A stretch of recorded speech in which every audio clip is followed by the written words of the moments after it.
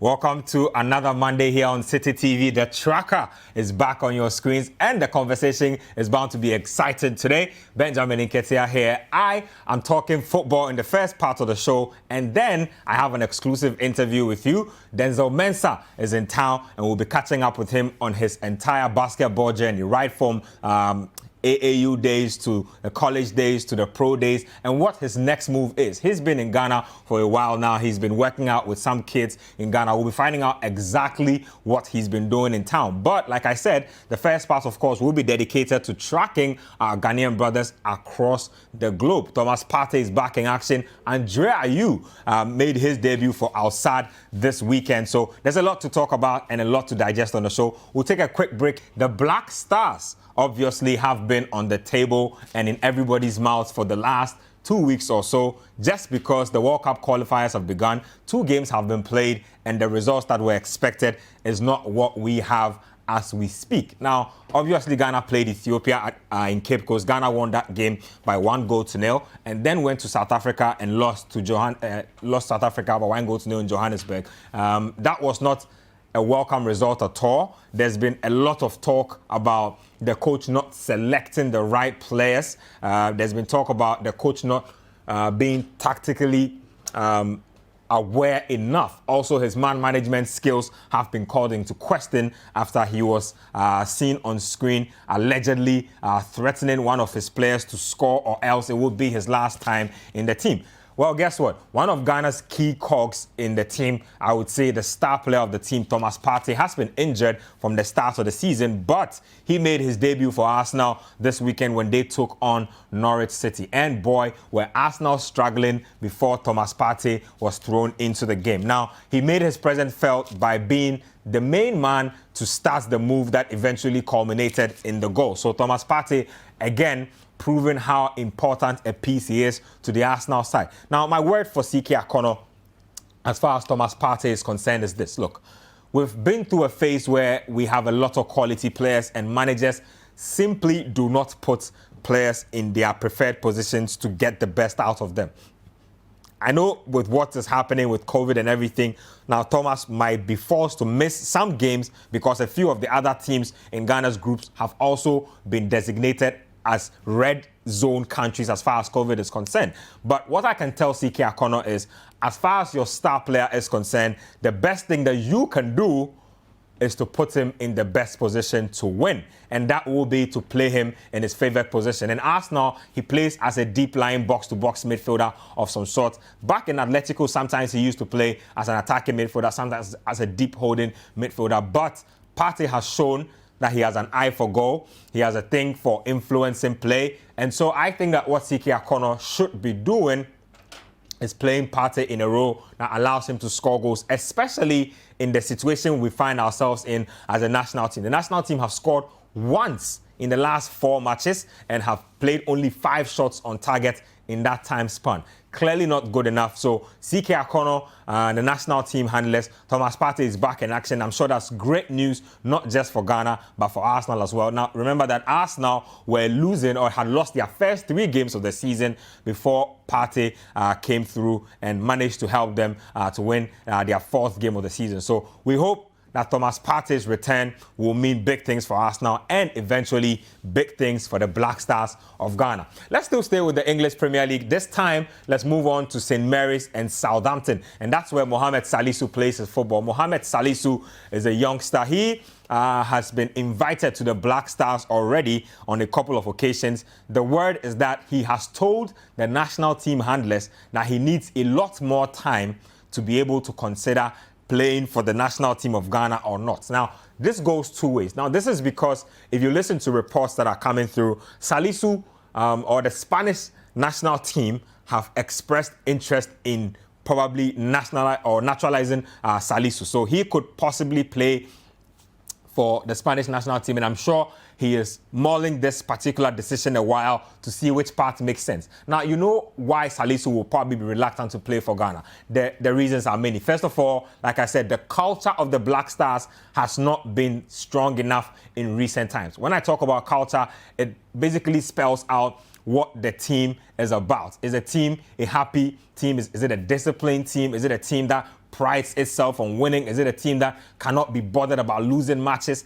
Is it a team that has a lot of controversy swirling around it on a regular basis? If you look at Mohamed Salisu, he's been in Spain for at least the last 3 or 4 years before he made a jump to England. He was playing for Valladolid before he made that jump to the English Premier League. And he feels as if he needs a lot more time.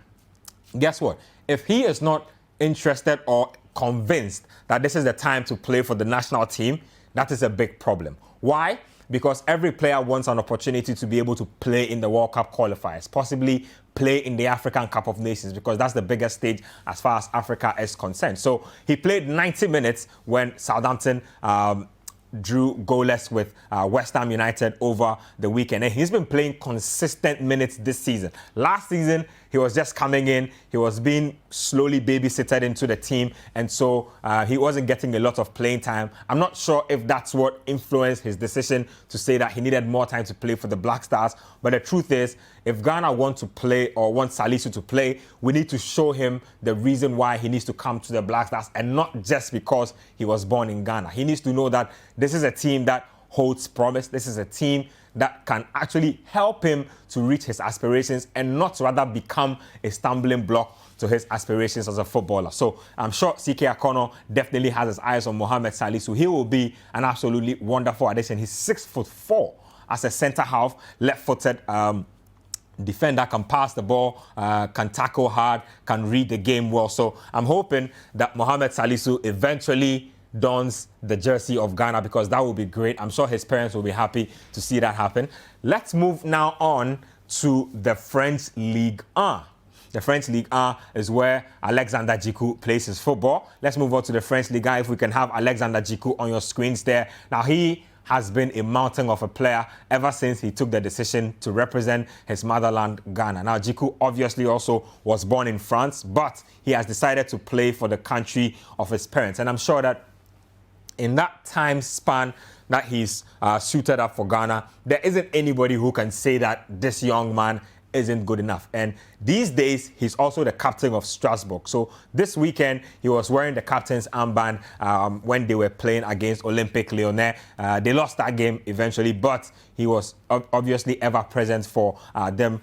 Brilliant game reading, brilliant tackler. I love his passing range generally, and also his positional versatility. So Alexander Djikou is one guy the national team handlers are doing a good job with. Ever since he came into the team, he's maintained his status since making that introduction during that friendly match against Mali. He captained the side, like I said, played full-time for Strasbourg over the weekend. And so I'm sure CK Akono will be too happy to bring Alexander Djikou back into the fold. Let's take our jet and head over to the Gulf, because Black Stars captain Andre Ayew was also in action. Now, if you know Andre Ayew, he's been under a lot of pressure and under a lot of fire. Why? Because prior to representing Ghana in that game against Ethiopia, he hadn't played in almost 100 days. He hadn't played a competitive match in almost 100 days. And that's one of the questions journalists put to him when he was up at the post-game presser. So they asked him about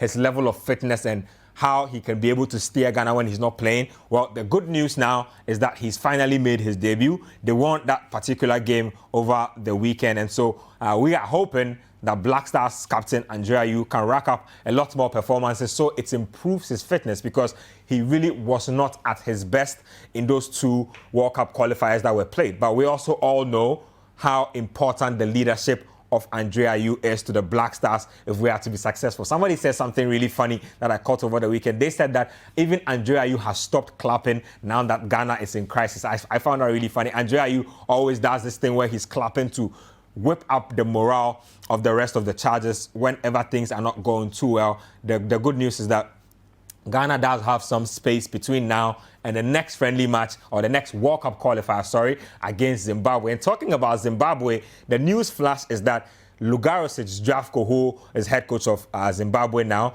has been sacked. Now, if you remember Lugarosic, he coached Asante Kotoko at a spell. He coached Ashanti Gold at a spell, managed to qualify Zimbabwe to their 5th African Cup of Nations, but 14 matches in, he's won just one game, lost about 8 games or so, and drawn about 4 games. The Zimbabwean FA clearly are not happy with the run of results and have decided to pull the plug on Zdravko Lugaris. So if that's anything to go by, I'm sure the Ghanaians who are involved will definitely be concerned about this. That's some big news. Zimbabwe are bringing in a new coach. We still have our coach at post. We've played 2 games. We're not too happy, but we are hoping that things will eventually turn around. And finally, before we go, Alfred Duncan. Alfred Duncan has been one of those guys who's been heavily touted to partner Thomas Partey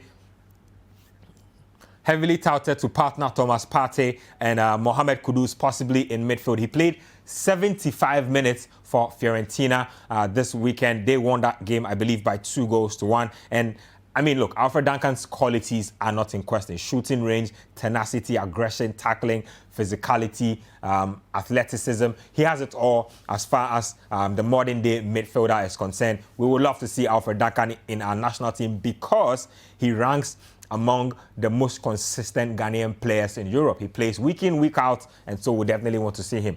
Last on the list will be the man who says that he has quit the national team until further notice, Bernard Mensah. Bernard Mensah plays for Kayserispor in the Turkish league, the Turkish first division. He, these days, is the captain of Kayserispor. Remember, once upon a time, he played alongside Asamoah Gyan, scored a lot of good goals. He's still scoring a lot of good goals. He was on target for Kayserispor this weekend. I'm pretty sad because Bernard Mensah does not want to play for the national team. He says that he wants to concentrate on his club football, and who can blame him? He's been caught up a number of times. He's never been given a real shot to be able to show what he can do, and so he has decided that national team call-ups need to take the back seat while his club career, which puts food on his table, takes the front seat, and I don't blame him at all. But he's doing big in Turkey, and hopefully maybe sometime in future he can change his mind about his national team decisions. Let's take a quick break here on the tracker. Those are some of the players who have been representing Ghana this weekend in Europe and in other places. We'll take a quick break here. When we come back, Denzel Mensah is on the show, pro basketball player, Ghanaian American. We'll be talking to him about his journey. Stay with us.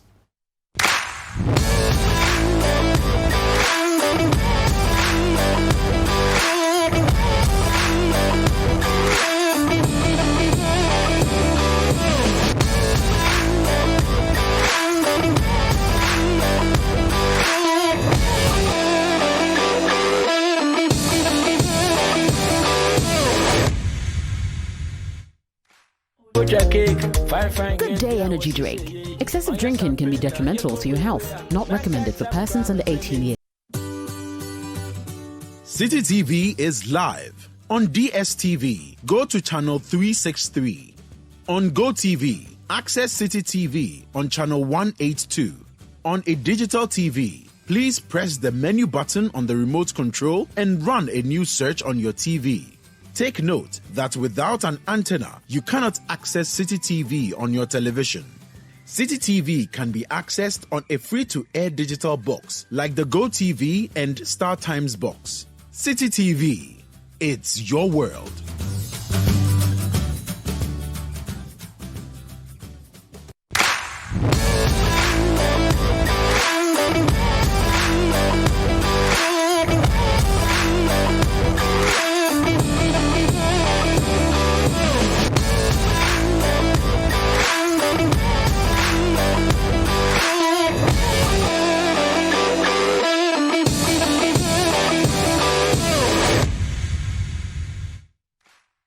Welcome here to the tracker on City TV. The first part of the show is gone. We're talking some football. Now let's talk some hoops. Let's talk some basketball. Denzel Mensah, Ghanaian American pro basketball player, is in the studio. Denzel, it's good to have you on the tracker. It's good to have you too. Let's get into your journey. First of all, were you born in Ghana or were you born in the States? I was born in Ghana and then moved to the States right after. So I was born in Accra and then moved to the States literally like a year after. Oh, a year after? Yeah. Wow. Tell me about that, like growing up in the States, your education. What necessitated the move to the States? Is it something about your parents migrating? Tell me about that. My parents always lived in the States, but they had me with my grandma for a year and then moved to the States. They thought it was a better opportunity for me, so it was good. Cool. Now let's get into your education, right? Childhood education. Where did you do your schooling? Where did you live in the States? I lived in South Plainfield, so that's like a suburb of like New York City and Newark, New Jersey.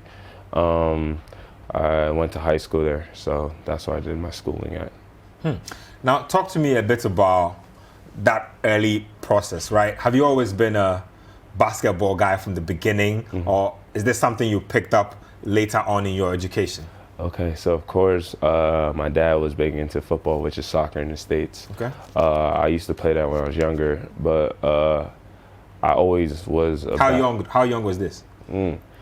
Probably from 7 to 14. Okay. Yeah, but I was always into basketball, but I took it more seriously when I was 15. Tell me about soccer, right? Let's just go back a bit and tell me about playing soccer from age 7 to about age 14. Yeah. At that time, what was your motivation? Was it your dad? Were you just naturally talented in soccer? That's why you took up soccer? Like, give me some more information on that. I think I was like naturally just good in football, soccer, until a while, but then like basketball, it just came to me and it became easy. Like basketball comes easy to me. It's like second nature. What position were you playing as a soccer player? Forward. Oh, a forward. Yeah. What, you didn't score enough goals? No, I definitely scored enough goals, but it was just like, I don't know, with my height and how I read the game in basketball, my coaches thought it would be better to concentrate in basketball. Okay. Now, I mean, in America, when you express interest to play basketball, what's the next step? What's the next step to ensuring that Denzel gets to do what he loves and possibly make it to the point where he can make it a part of his mainstream life? A lot of work, a lot of hours in the gym. You know, you just have to separate yourself from people, because if you want to get to a goal, you have to like put yourself into it. So it's more of a just putting in work and just being determined, because you're going to go through ups and downs, but it's how you handle it. So in that beginning phase, right? Yeah. Is it your dad like holding your hand and saying, let's go to Camp A or Camp B, or you have like guys in the neighborhood who used to watch you play and would say, I think Denzel is good enough, let's take him to Coach A or Coach B who can polish up his skills? How did that happen? So my story is kind of crazy. So I didn't play AAU. I didn't get the opportunity to be in a lot of camps. So what happened is I just played against older people when I was younger. So I played against people that were like 25 years old when I was 15. Wow. So I increased my skill. This is what, in the neighborhood? In the neighborhood. I'll go to different parts of New Jersey, different parts of like Pennsylvania to play basketball. So I get a different feel for basketball in different areas so I can increase my game. And then my senior year of high school, that's what. So this isn't structured basketball, if I understand. Yeah, it's just high school. Just pick up. This is high school. High school. So Okay. it's just pick up basketball. But in high school, I was playing in my high school team since my freshman year. So that's 9th grade to my senior, which is 12th grade. Stop right there for a bit. Let's go back. Let me get some more information. So I know that, for instance, even at the high school level, Yeah. You would probably, let's say, have had a scout who was looking at you, or a coach that probably had seen you play and would say, I think this guy can help our program and he can come in. How was that for you? Was it like a bidding war between different schools to recruit you? Talk me through that. Okay, so definitely it was a bidding war. So my name in the area started getting up and up, and people started to come to my games and want me to play for either what would be my high school, South Plainfield, or some prep schools. So that would be some boarding schools out here. Okay. So I had to pick a team, and I ended up picking South Plainfield. What informed that decision? My parents liked the school because of the education, so that was the reason that I went there. It wasn't about playing time, because I know a lot of times when guys decide to commit to a certain school, it's because maybe the school has, let's say, an open slot for them where they can guarantee like a lot of like play minutes from the get-go. Yeah. Did you have any such assurances, or because you were obviously being the hot cake at that time, that was already guaranteed?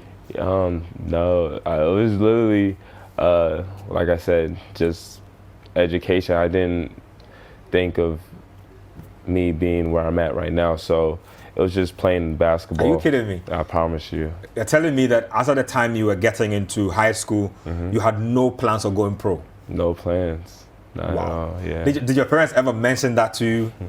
They were just worried about education, so they're worried about me being a lawyer at the time. You know how Ghanaian parents are, they're really big onto education, because you can't be taken away from you, which is a blessing that I have it. But yeah, I wasn't thinking about being pro. I didn't think I would be good enough.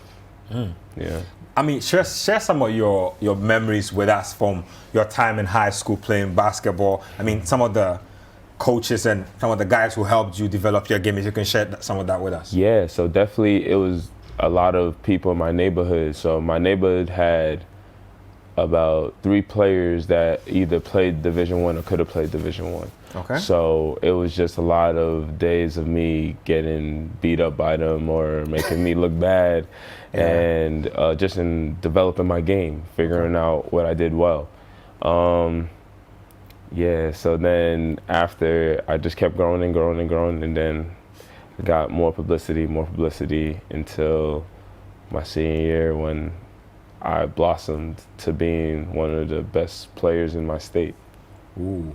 Which state is this? New Jersey. New Jersey. Yeah. Now, tell me about that, right? How does that happen? So is there a system where, let's say, there are scouts from maybe news outlets or from like the NCAA who rank like players? Like, how do you know how well you're doing as far as like being a high school student is concerned? Yeah, so what happened was varsity. So varsity is the highest level of high school basketball you can play, is varsity. So my junior year, I did good. I think I averaged about, if I'm not mistaken, like 12 points per game. Okay.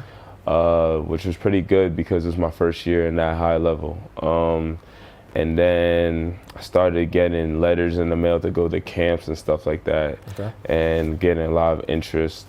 But you know how good you're doing with the newspaper. The newspaper is going to tell you where you're going to get to. So I started getting ranked top 50, top 25 in the state without even playing my senior year, which was a big thing. But my coach made sure I played the best players so I can get more publicity in the state. So I wasn't, what we would call in the States, I wasn't ducking no one. So basically I wasn't afraid to play no one in the state.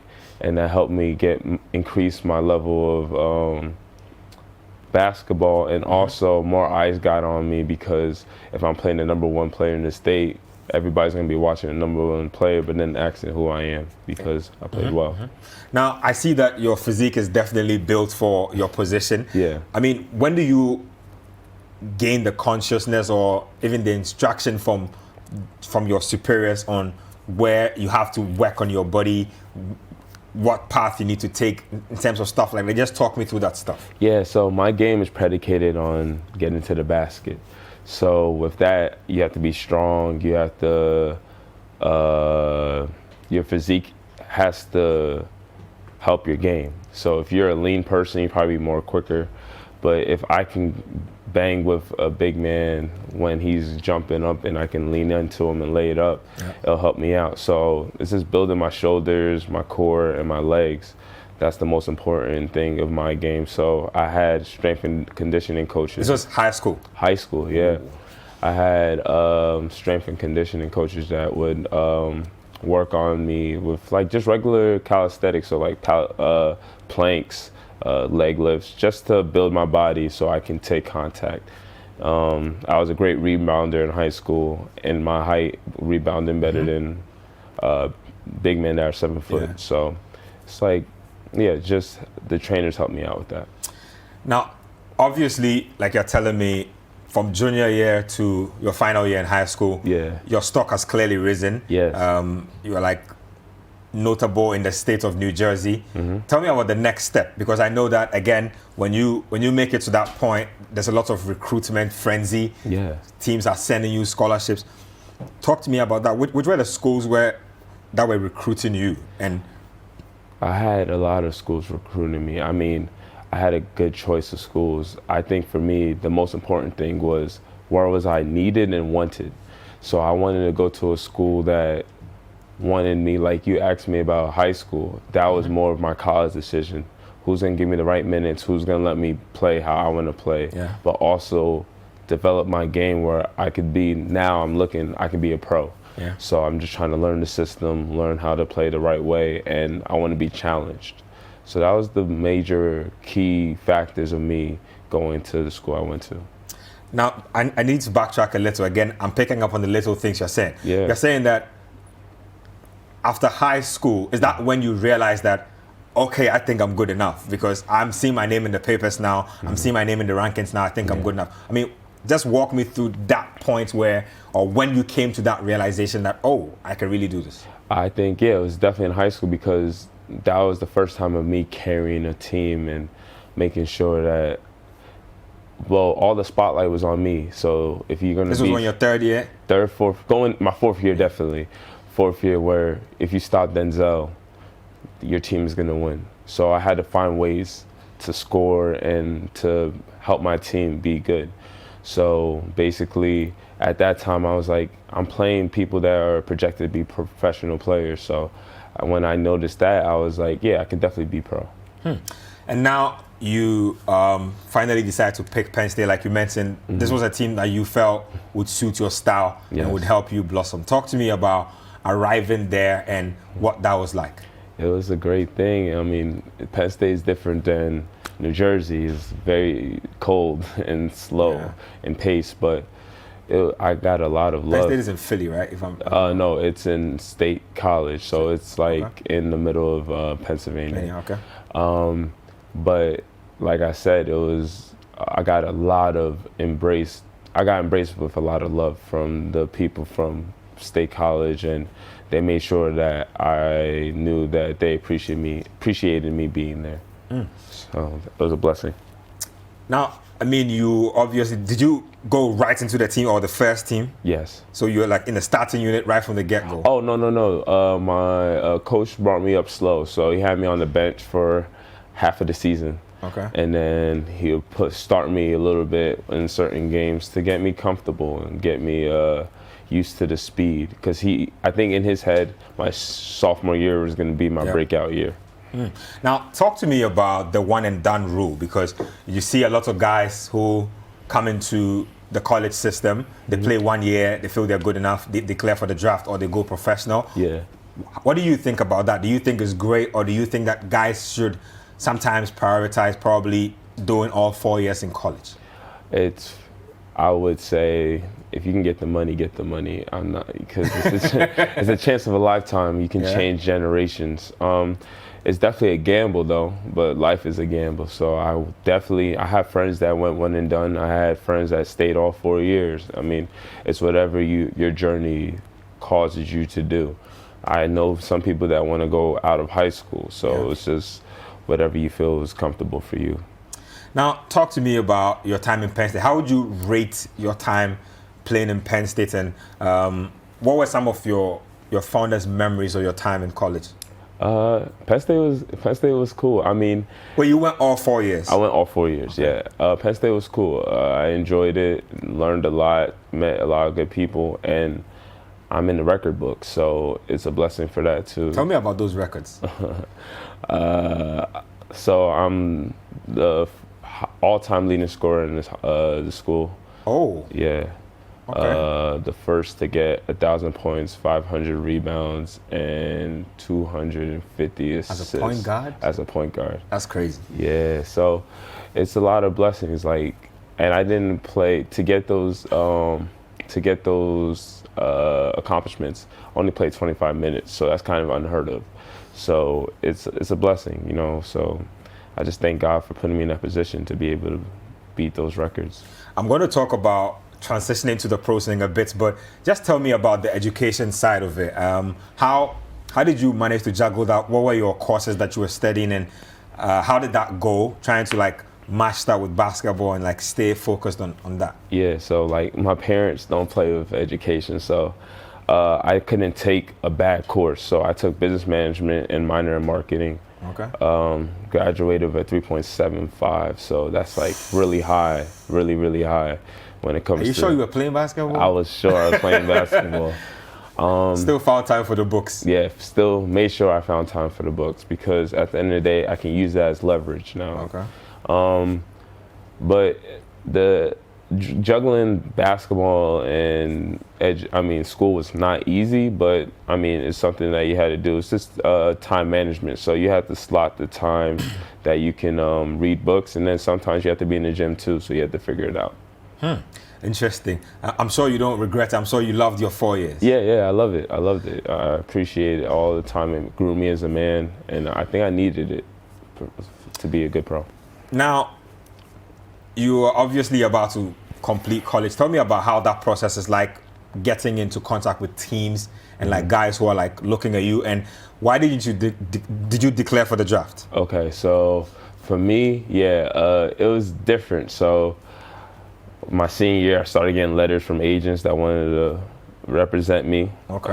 My coach had it like, he said that it had like at least 50 or 55 agents wanted to represent me. Yeah. 55 yes. agents? So 55 agents in their agencies. So okay. That was a blessing. I mean, for me, it was like, they're going to want you as a pro player. You have to know that they're going to want you because they feel like they can make money off of you. So that was I mean, I appreciated that. It was flattering. But I took my time with that. I took my time with picking my agent. And then did I declare for the draft? I did declare for the draft. What year was this? 2015. 2015. This was that Andrew Wiggins? Was that Lil Okafor? Yes, I think so. That was definitely that draft. That was that draft. And I just did the process, did the workouts and stuff like that. And then... Tell me about those workouts. Like when you talk about workouts, is that like workouts for potential teams? Yeah, potential teams. Like in the NBA? Yeah, so what happened is that I just did a pro day, and then teams from the NBA would come, the G League team would come, and then overseas teams would come, and then they'd just watch me work out. Okay. Yeah. I mean, after that, the draft happened. You went undrafted. I went undrafted. And then what was your decision after that? I mean, were you disappointed, first of all, that you went undrafted? And what was your state of mind moving on from there? Of course, your dream is to get to the NBA, but I was like, okay, so what am I going to do next? I can't, like, be sad about not making it. So now I got to figure out things to do. So I ended up actually going to the ABA, which would be, like, probably, like, right under the G League. Honed my skills there. Okay. How long was this? For 2 years. For 2 years. Yeah, for 2 years. And then I became Rookie of the Year there, and then we won 2 divisional championships. Ooh. Yes. And then after that, I got invited to the G League Pro Day. Scored 42 points and 10 assists. I like how you remember the numbers. Oh, yeah. You have to remember everything just in basketball. And I was the #1 prospect there. So that was a blessing. And then I went from there to Spain. Now, that's an interesting choice because obviously everybody knows that if you take away the NBA, basketball in Spain is the next big thing. Yeah. What was that decision like? What influenced that particular decision? This was in Valencia, right? Yeah, Valencia. I just wanted a challenge. I mean, you're going to a new terrain, a new country. I didn't speak Spanish that well. I mean, I knew elementary Spanish that they taught me in the States. But I heard about the league. You know, I heard the great players, and I heard about it's a different way of playing. It's not that much flashiness. It's actually skill. You get me? And I wanted to challenge myself, and I was like, why not? Talk to me about that experience, you know, landing in Spain, not speaking the language, having to work with coaches that don't speak your language. How did that go? And what were your first, say, 3 months like, especially with like having to find your way around food, like shops and stuff like that? It was hard. They gave me an interpreter, but I obviously wanted to go and get groceries, quick groceries, and you have to learn words pretty fast because they're not going to understand you. Yeah. I mean, but the thing is, with some of the people in Spain, they speak 5 languages, including English. So you get from one spectrum to another spectrum. So there's people that don't speak English at all, and then there's people that speak English and French and just other languages. So it was cool. I mean, it was also accelerated the process of me learning Spanish. So that was a blessing too. Now, I read an article where you said you were looking forward to testing your skills in the Spanish top tier. Yeah. Talk to me a little bit about that. I want to be challenged. I mean, I was averaging 24 points at where I was at. That was the Valencia B team. Yeah, the B team, and I wanted to be challenged. So I wanted to play the best of the best. And I know I can. So I just set in an article and said I want to play the highest competition I can. Now, how many years have you spent at the Valencia B team? What's your status now as a player, and what's the future looking like as far as moving on is concerned? I spent a year there, and then COVID happened. And then right now, I'm hearing a lot of offers from like NBA Africa, Europe, and South America. So right now, I'm just seeing who gives the best offer, and then we'll go from there. When you talk about the best offer, what do you mean? Playing style, of course, financial gain, and where I would be wanted at. That's the three. That's the most important thing for you. Yeah, the 3 things that are the most important for me. How did you handle being in a foreign country during COVID? I'm sure, and the COVID situation in Spain was pretty bad. Yeah, it was pretty bad. Tell me about being under lockdown in Spain during COVID and how you managed to take care of yourself or managed to get through that particular period. It was tough. You know, there's a lot of athletes that be complaining about, especially when you're overseas, how hard it is. But during COVID, it was very, very hard because you got to think about it. In Spain, you could only go outside for like 30 minutes a day. So you can't 30 minutes a day? Yeah. So basically what they say is... to do grocery shopping and stuff? Grocery shopping, go back home. That's it. You can't walk around. Did they have like security forces to like enforce that type of stuff? They had the army and local police outside. Making sure you didn't go just walking around. Because Spain was so bad. So they had to make sure that you weren't just walking around doing anything. So what I would do is just go grocery shopping, and then I got a lot of time looking at the walls. You get me? So talking about looking at the walls, I mean, what do you do when you're not playing basketball? Because that clearly might have come in handy during that lockdown period. Yeah, it would have been great. Right there, you just gotta. I'm a big YouTube person, so I was on YouTube, I was on Netflix.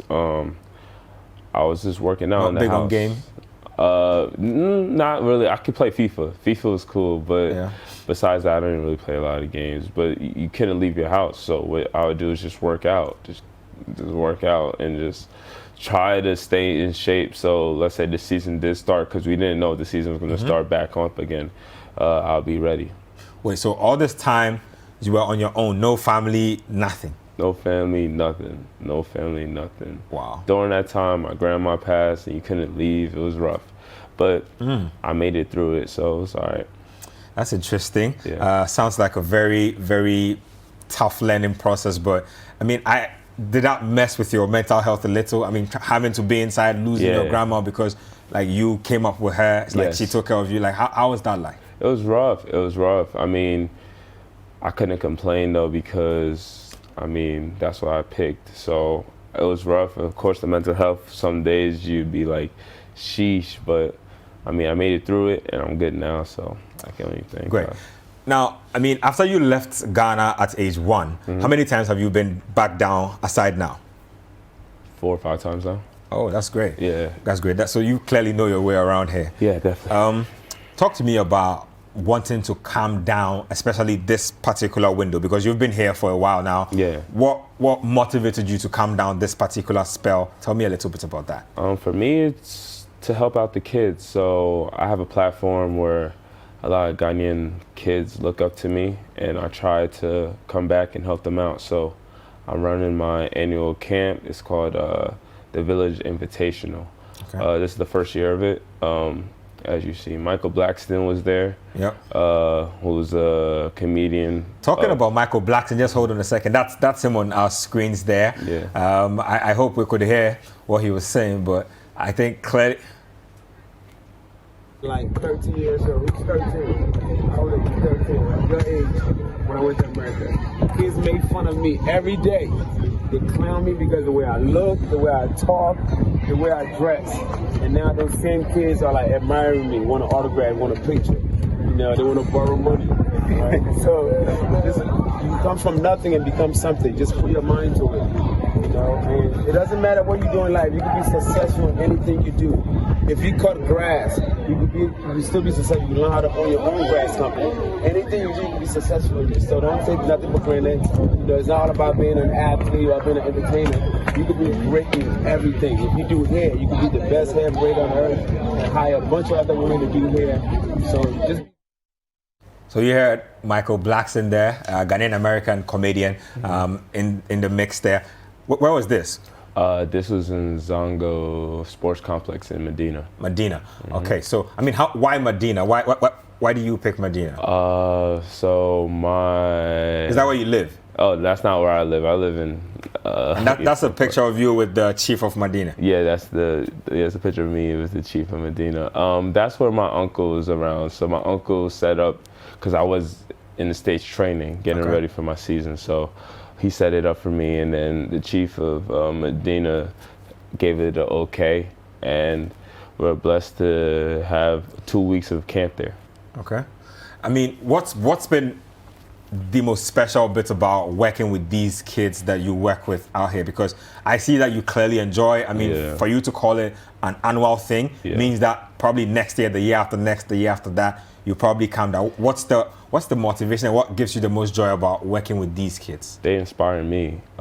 They give me hope. So what happened is most of these kids have been following me on Instagram for a while and DM me about having a chance to come to the States for basketball. So what I did was just make sure that I can help everyone out.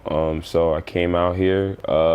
We have about like 7 or 8 kids that are gonna go to the States for a free scholarship. God willing, the visa allows them to go there, but we already have it set up. So I just wanna do a pipeline of helping the next generation of Ghana basketball players get to the States and continue building the tradition of basketball in Ghana.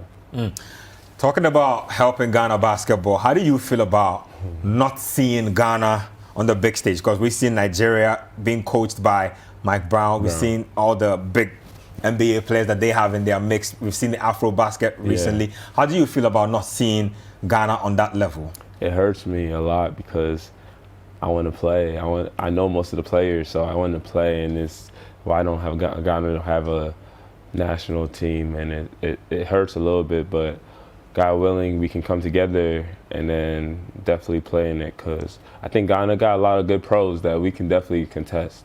We can definitely be really good. So I think it's just us coming together. I don't know if it's the Prime Minister of Sports have to regulate it, but we definitely should have a national team.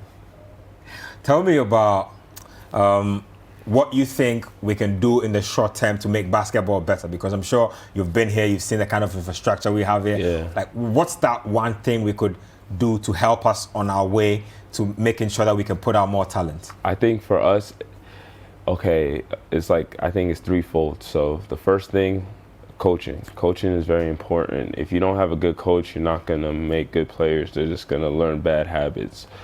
The second thing is definitely the pros coming back to Ghana to help out. And then the third thing is funding. Like, you're gonna have to get sponsorships. You're gonna have to get funding for, I guess, these academies and these kids to progress their game. So they definitely need funding. So those three things, I think, for the short term, will help out. Great. Let me just talk some quick generic basketball with you before you go. Who's your favorite basketball player? LeBron James. I saw you excited when we showed the motivational video. Definitely. What about him?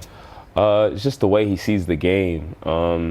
Still at 37, I think he's still the best player in the world, but it's the IQ. He's losing athleticism, but he still able to dominate a game with just thinking the game. So that's how I like to play. So that's why I look up to him.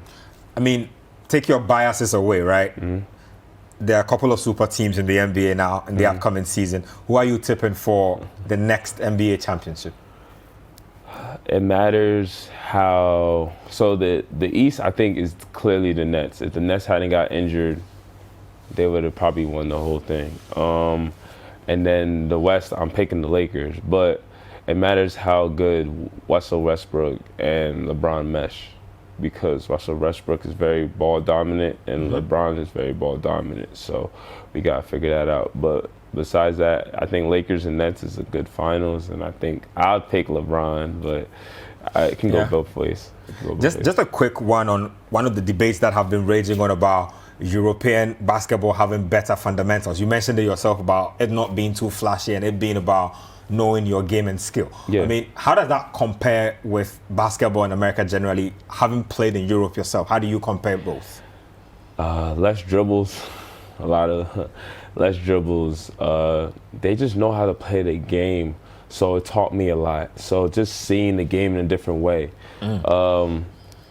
They prioritize skills, so shooting the ball, cutting, screens, defensive wise is a different way, and the way is more physical in Europe than it is in the States. The States is just more athletic, more showmanship. But as you've seen, the U.S. team was having a little bit of problems until they got used to it. But the NBA is the best league in the world, so if you can play in the NBA, you can adapt your game. So you're not gonna stop a Kevin Durant from scoring if he's in Europe or if he's in the NBA. He's 7 foot that can shoot from 35 feet. So, what's your favorite Ghanaian meal? Fufu. Fufu? Yeah. Charlie, this guy. Thank you very much, Denzel. Thank you. It's been amazing having you on the tracker. So, Denzel Mensah there, last played in Spain with Valencia. He's moving on. He says that he's looking to see which team presents him with the best fit. I'm sure we'll be glad to bring you updates on his journey as and when things go along with him. Thank you very much for joining us here on the tracker. Same time next week, we'll be back on your screens.